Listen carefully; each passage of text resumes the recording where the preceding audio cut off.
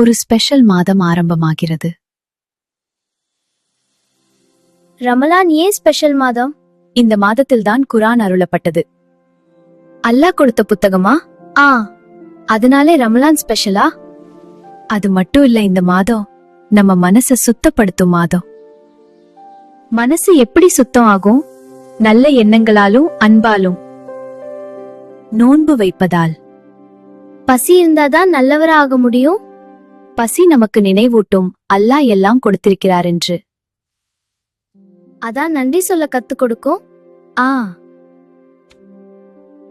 நோன்பு நம்ம கோபத்தையும் கட்டுப்படுத்த கத்துத்தரும்.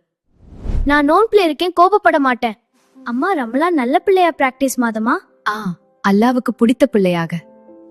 அம்மா, சில பேருக்கு தினமும் சாப்பாடு இல்லையா? அதான் ரமலான் நமக்கு அவங்கள நினைக்க கற்றுக் கொடுக்கும். அதனால ஷேர் பண்ணணுமா? அது அல்லாவுக்கு பிடிக்கும். நான் சில நேரம் தவறு பண்ணுவேன். ரமலான் மாதம் மன்னிப்பு கேட்க நல்ல நேரம். அல்லாஹ் மன்னிப்பாரா? நம்பிக்கையோடு கேட்டால் மன்னிப்பார். ரமலான் மன்னிப்பின் மாதம். ரமலான் முடிஞ்ச பிறகு என்ன ஆகும்? நம்ம நல்ல பழக்கங்கள் தொடரணும். அப்படின்னா ரமலான் ட்ரைனிங் மாதமா? நல்ல மனிதரா வாழ கற்றுத்தரும்.